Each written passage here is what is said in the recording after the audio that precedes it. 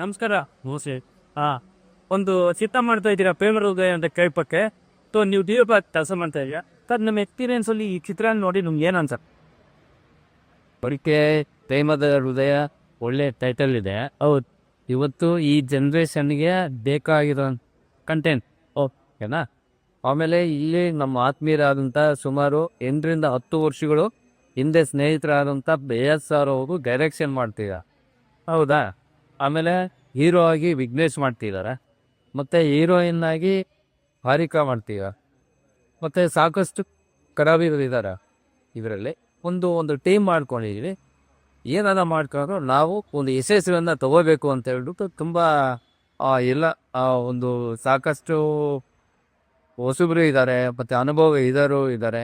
ಅಂದರೆ ಹೊಸಬ್ಬರಿಗೆ ಪ್ರಾಮುಖ್ಯತೆ ಕೊಡ್ತಾ ಇದ್ದೀರಾ ಅಂತ ಹಳಬರಿಗೆ ಪ್ರಾಮುಖ್ಯತೆ ಕೊಟ್ಟು ಯಶಸ್ವಿಗೊಳಿಸ್ಬೇಕು. ಮತ್ತು ಏನಾದರೂ ಮಾಡಿಕೊಂಡು ಇದರಲ್ಲಿ ನಮ್ಮ ಶ್ರಮ ಎಷ್ಟೇ ಇರಲಿ ಅದನ್ನು ಎಲ್ಲರೂ ಟೀಮಿಂದ ಆತ್ಮೀಯತೆಯಿಂದ ಜೋಶಾಗಿ ಕೂಡಿ ಎಲ್ಲ ಸೇರಿ ಯಾರು ಬೇಕೋ ಅದ್ರಿಗೆ ಎನರ್ಜಿ ಬರೋ ರೀತಿಯಲ್ಲಿ ಆರ್ಟಿಸ್ಟಿಗೆ ಯಾವುದು ಬೇಸರ ಮಾಡ್ಕೊಂಡಾಗ ಮಾಡ್ಬೇಕಂದ್ರೆ ನಮ್ಮ ಉದ್ದೇಶ.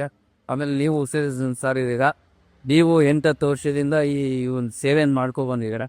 ಎಲ್ಲರೂ ಸೇರಿಕೊಂಡು ನಮ್ಮ ಡೈರೆಕ್ಟ್ರು, ಪ್ರೊಡ್ಯೂಸರು, ಆರ್ಟಿಸ್ಟು, ಆರ್ಟಿಸ್ಟು, ಆಮೇಲೆ ರೈತರು, ಆಲ್ ಟೀಮ್ ಇದನ್ನೆಲ್ಲರೂ ಸೇರ್ಕೊಂಡು ಯಶಸ್ವಿ ಮಾಡ್ಬೇಕನ್ನೋದೇ ನಮ್ಮ ಉದ್ದೇಶ. ಹೌದಾ?